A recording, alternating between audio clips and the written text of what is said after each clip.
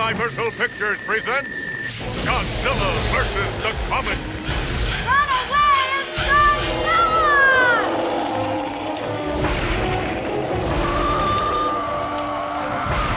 That's one thing bigger! Nothing can stop Godzilla!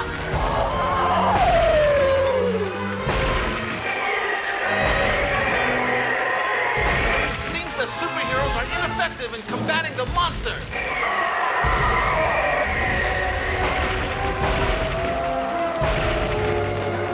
That's one thing bigger!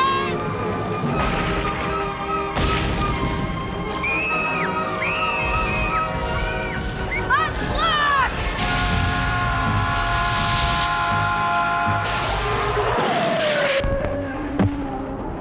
Bill Nye the Science Guy.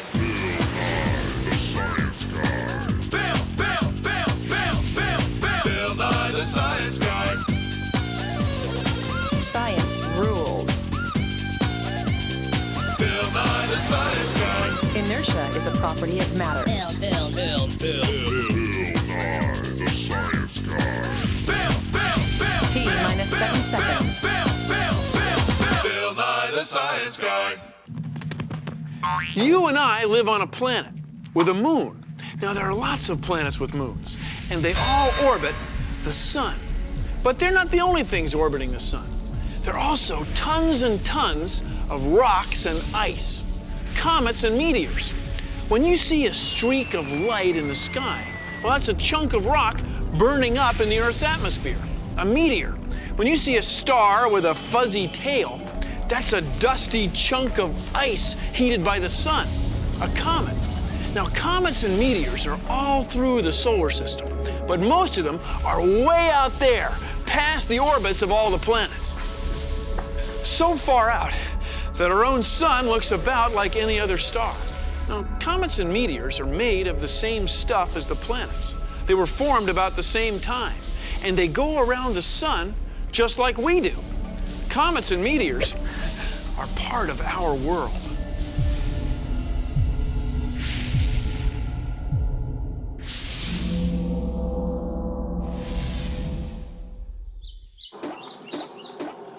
Hey! What you got? Nothing? That's Tickle Me Meteorite, isn't it? Nuh-uh. Come on, let me see it. No way!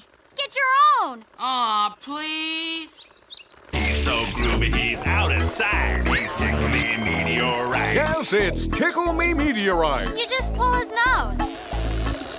I have existed since the beginning of the solar system. Here, let me try. Comets and meteors travel vast distances in space. Let me hold him. Occasionally, meteors impact planets and moons, leaving deep craters on the surface. There is a theory that a meteor impact led to the extinction of the dinosaurs. He's Tickle Me Meteorite. It's Tickle Me Meteorite. Catch it fast before this offer burns up and disappears.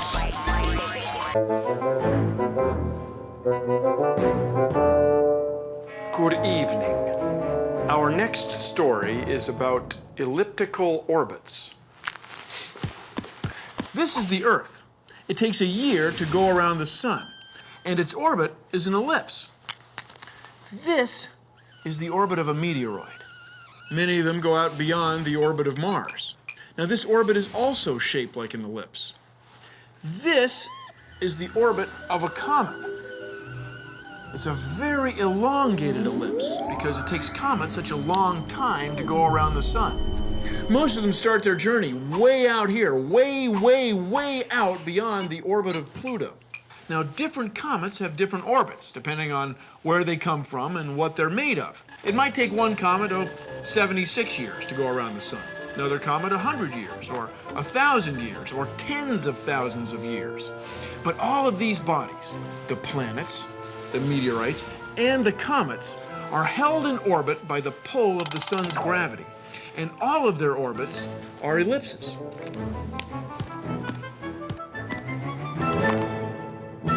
Thank you. Hey, Comets travel in paths around the sun called orbits. But a comet's orbit is in a circle. It's a shape called an ellipse. what? An ellipse. Could you say that one more time? Ellipse. Gotcha. You can make an ellipse at home. Take 2 push pins and stick them about 30 centimeters apart on a piece of paper. Make sure you've got cardboard behind the paper.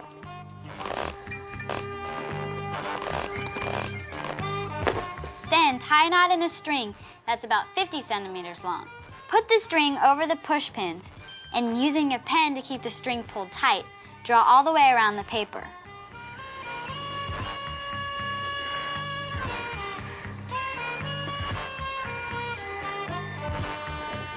Comets travel around the sun in paths shaped like this.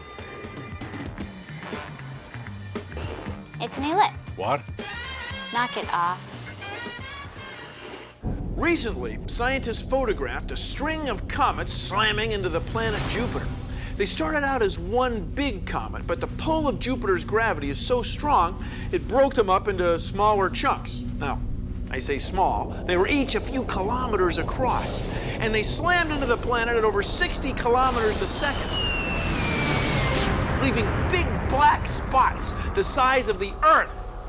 The size of the Earth! Now, if one of those cometary chunks had hit our planet, well, we wouldn't be standing here talking right now, I can tell you that. Now, this photo opportunity on Jupiter wasn't a big surprise. See, scientists saw it coming and charted its course for years, which is good, because if we can predict the orbits of comets, then we can figure out whether we're in the clear or we should start worrying. So right now, as far as we can tell, we're in the clear for the next 1,000 years or so. Meteoroids are chunks of rocks and metal that orbit the sun. Comets are chunks of ice and dust that also orbit the sun. Excuse me.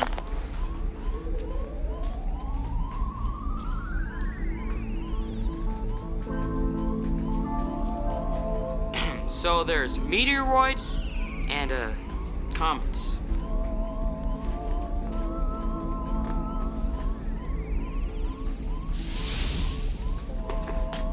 Excuse me.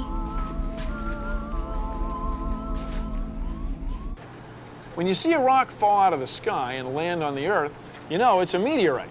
Now, the first thing you do when you analyze any rock is look them over. You can see that the edges are rounded and they're deep pock marks caused by the friction of passing through the Earth's atmosphere.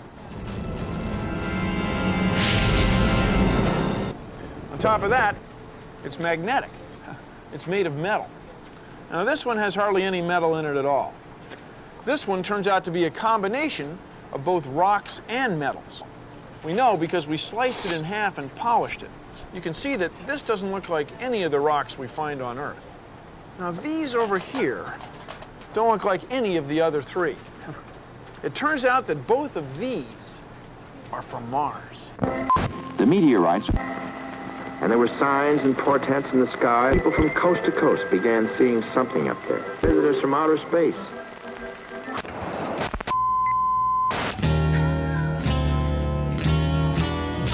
This is a meteorite from outer space. Looks like a mirror. This probably would have made a big crash when it hit the ground. It's really heavy and it's rough. I can't believe it weighs this much. This meteorite is special because it's from Mars. We know it's from Mars because it has little bitty pockets that have gases from Mars. Micrometeorites are so common that hundreds of millions of these fall to the Earth every day. And you can find them in rainwater and in your backyard. Congratulations, you found a micrometeorite. It gives you a weird feeling holding things that have been flying through space for billions of years.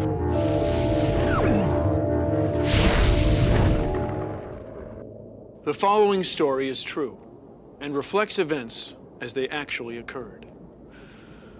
Once upon a time, a rock was orbiting the sun. Oh, about the time the solar system was formed. Then, one day, 16 million years ago, The rock slammed into the surface of Mars with enough force to knock a piece of the Martian ground into space, with enough speed to escape the pull of the planet's gravity, with enough speed to escape the planet's gravitational pull. Eventually, it crossed the path of the Earth's orbit at precisely the moment the Earth was passing through that sector of space. The rock came hurtling into the Earth's atmosphere, and aerodynamic drag caused the surface of the rocky meteoroid to ablate. To burn up, because it was hot. Ablate. A tiny fragment of that meteoroid made it almost all the way to the surface of the Earth, 2/3 of which, I remind you, is covered with ocean. 2/3 covered with ocean. Yet that meteorite found its way to a narrow strip of land near Nakhla, Egypt, where an unsuspecting dog happened to be going for his daily walk. The meteorite hit the dog and killed him, like that. Let's face it, my friends, that was one doggone unlucky dog. And as we say in science, he never knew it hit him.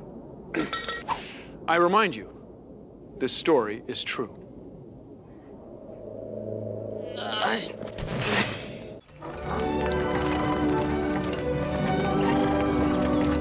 Tonight on Nye TV, Little Meteorite on the Prairie.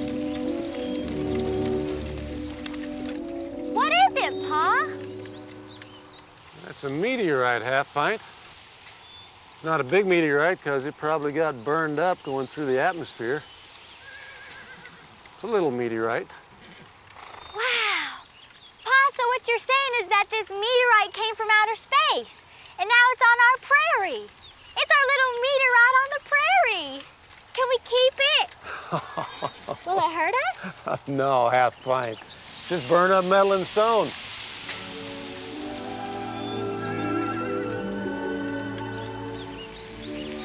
You think it's got any iridium in it? That might have, Pint, it might. Sometimes they're indistinguishable from terrestrial rocks. They have iron and nickel, and well, yes, iridium is much more common in meteors than on Earth's crust, which might help to explain the extinction of the dinosaurs. 12, maybe 20 billion years ago, there was a huge explosion, what scientists call the Big Bang.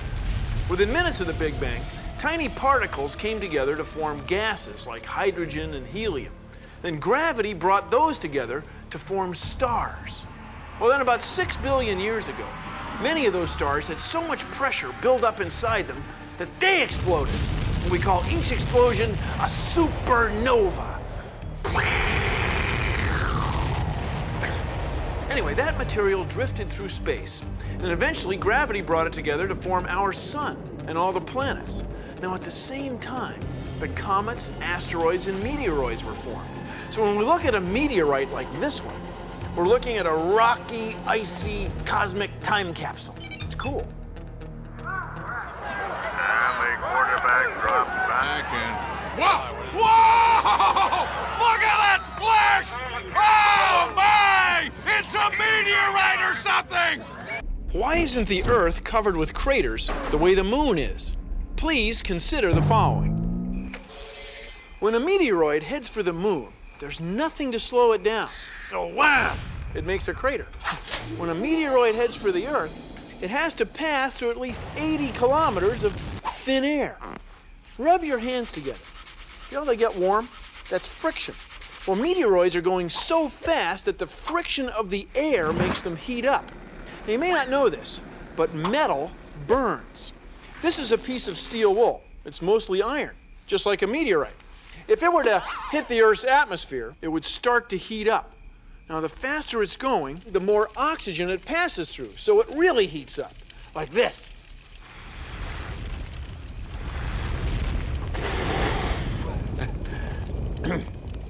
Now, most of the meteoroids that hit the Earth's atmosphere burn up completely, but not all of them. See, you can still find meteoroid craters on the Earth's surface if you know where to look. Like, this is Meteor Crater in Arizona. This is Manicouagan in Quebec, Canada. This is Karakul in Afghanistan in Asia. And this is Basumtwi in Ghana, Africa.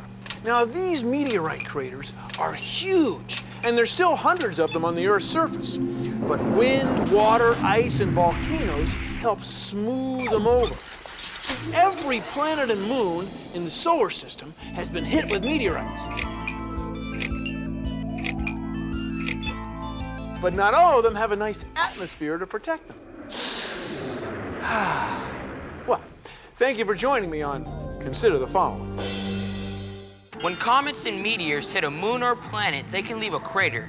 You can see craters on the face of the moon. Excuse me.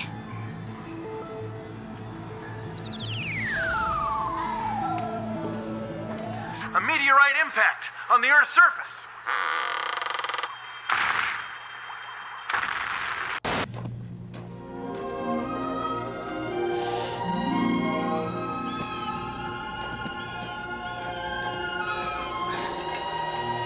So how do we know that this big hole, this crater, was made by a meteorite? Well, here's the evidence. First of all, its shape. It's almost perfectly round, and it's big. It's huge. Whatever made this hole must have been big. Now, when we look at the rim, the edge of the crater, we see that it's higher than the high desert floor around here. Something must have lifted that material up. When we look at the surface of these rocks, something made them change from this color to this color. Well, it turns out it's heat, pressure, being mashed and squeezed and mushed. So something must have mushed and squeezed this rock. Now, on top of that, this white rock is not normally on the surface. We don't find it around on the high desert floor. But there is a layer of white rock underneath a layer of red rock in this crater. So something must have mushed and squeezed these rocks and lifted them up on top of the red layer. It turns out that this big hole, this crater, was made by a great big rock, a meteorite from outer space. Woo! When we look at the far side of the crater, over there, we see that it's higher than the rim where we're standing. So we figured the meteorite came from that part of the sky, like this. Boom! It was going so fast that it could have made it from those mountains over there, 30 kilometers away, to here in less than a second and a half. It would have been like 1/1000. We now return to Leave It to Meteors.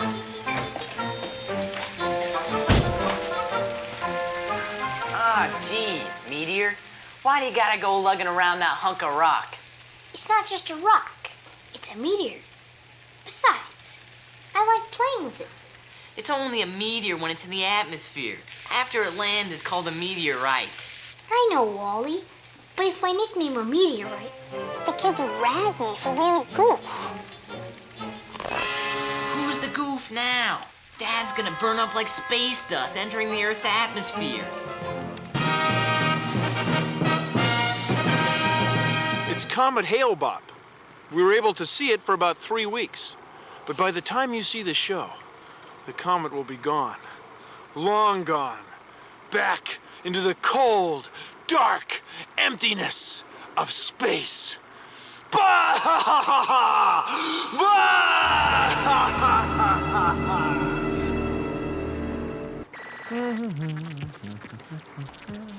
Huh. Hi, I'm Bill.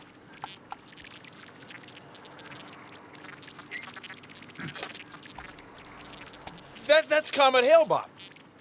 Yes, I'm Hale. And I'm Bob.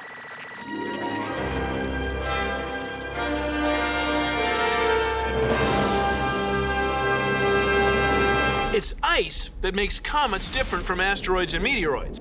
As a comet gets near the sun, the heat of the sun and the solar wind vaporizes the ice and makes a stream of charged gas particles we call the ion tail.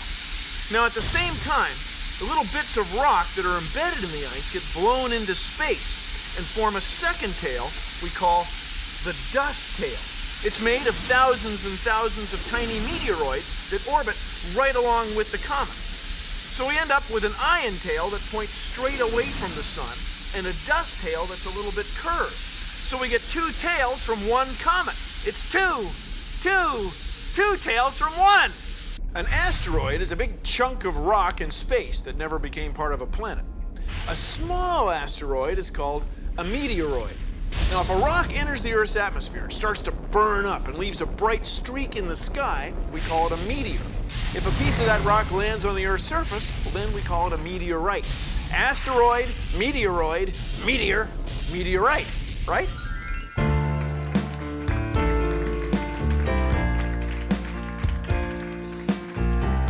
There are so many comets and meteors in the sky, but we only see a few that fly close by.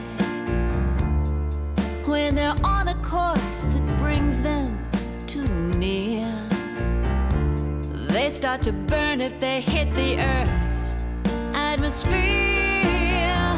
Might make it all the way to the ground. Might make a crater big and round.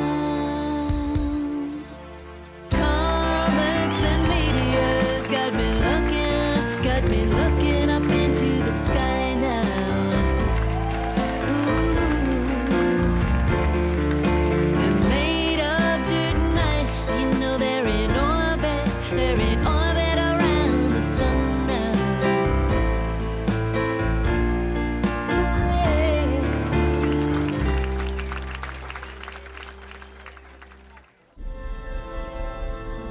Well, that's our show. Thanks for watching.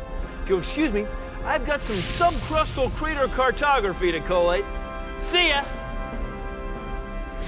Produced in association with the National Science Foundation. Did you ever make a wish on a shooting star? Well, guess what?